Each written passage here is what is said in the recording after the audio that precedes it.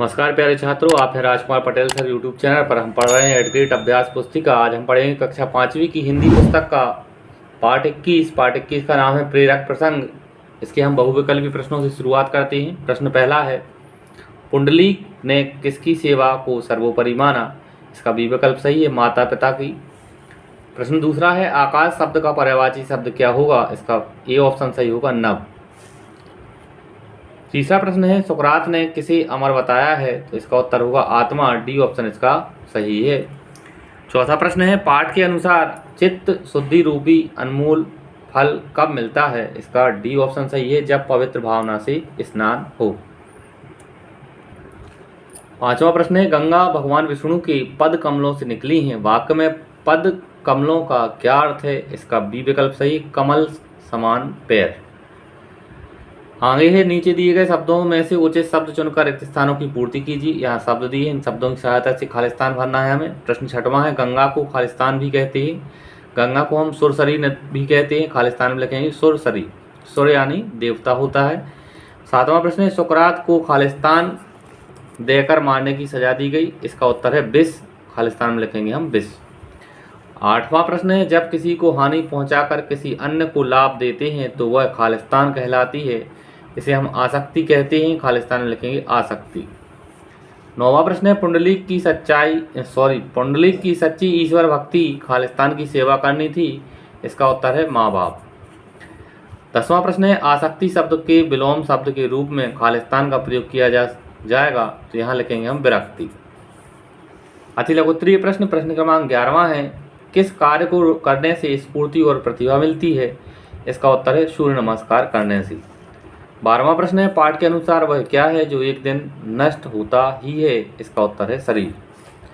13वां प्रश्न है, गंगा में स्नान करने से भक्त को क्या प्राप्त होता है? इसका उत्तर है देह शुद्धि और चित्त शुद्धि।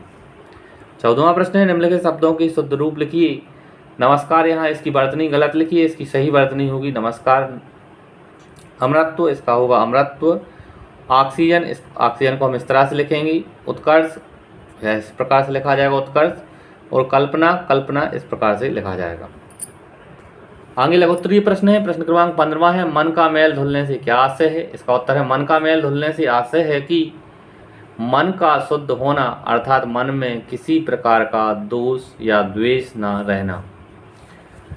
प्रश्न 16वां है, सुकरात अपने शिष्यों को क्या शिक्षा दे रहे थे? इसका उत्तर है, विष दिए जाने वाले दिन सुकरात अपने शिष्यों को आत्मा के अमरत्व की शिक्षा दे रहे थे। प्रश्न 17वां है, सुकरात ने ऐसा क्यों कहा कि मुझे ना कोई मार सकता है ना कोई गाड़ सकता है? इसका उत्तर है, सुकरात ने ऐसा इसलिए कहा क्योंकि आत्मा अमर है और उसे ना कोई मार सकता है और ना कोई गाड़ सकता है।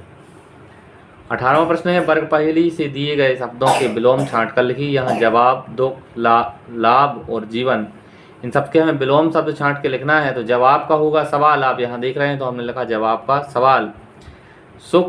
दुख का होगा सुख। लाभ का यहाँ आप देखेंगे जीवन का यहाँ मरण है। और लाभ का होगा हानि। यहाँ से नीचे से हम ऊपर को जाएंगे तो इस प्रकार से ये हानि, हम ऐसे भी मिला सकते हैं हानि, ये हानि बन जाएगा। तो यहाँ देखिए हमने नीचे इनके आंसर लिखे, जवाब का सवाल, दुख का सुख, लाभ का यहाँ लाभ होगा, लाभ का हानि और जीवन का मरण। दीर्घोत्तरीय प्रश्न है।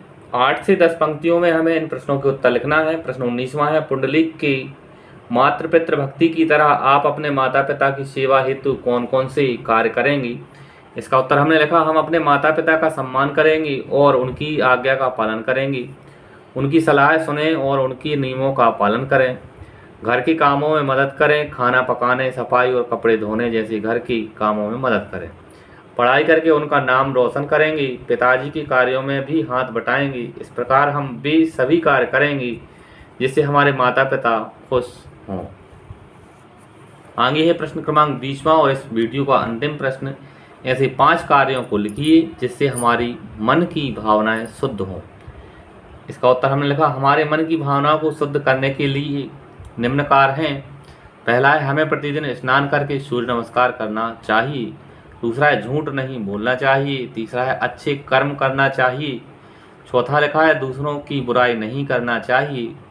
5वां लिखा अपनों से बड़ों का आदर करना चाहिए।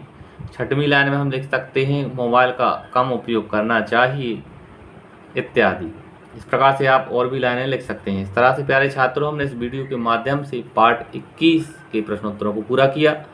आगे के पार्ट के प्रश्नोत्तर के लिए आप हमारे चैनल को सब्सक्राइब करें और वीडियो को लाइक करें। धन्यवाद। जय हिंद। वंदे मातरम।